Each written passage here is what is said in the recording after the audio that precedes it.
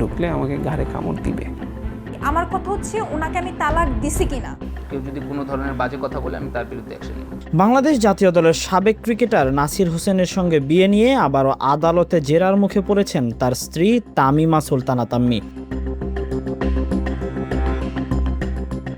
ঢাকার chief metropolitan magistrate জসিতা ইসলামের আদালতের শুনানিতে তামিমা নিজের বিয়ে বৈধ বলে দাবি করেন এবং সব অভিযোগ অস্বীকার করেন। জেরার সময় তিনি বলেন, নাসির হোসেনের সঙ্গে আমার বিয়ে সম্পূর্ণ বৈধ এবং আমার বিরুদ্ধে আনা অভিযোগ ভিত্তিহীন।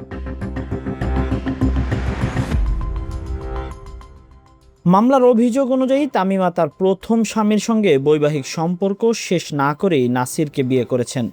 এ অভিযোগে 2021 সালের 24শে ফেব্রুয়ারি মামলা করেন তার সাবেক স্বামী রাকিব হাসান। পরবর্তীতে একই বছরে 30 September police bureau of investigation PBI তদন্ত প্রতিবেদন জমা দেয়।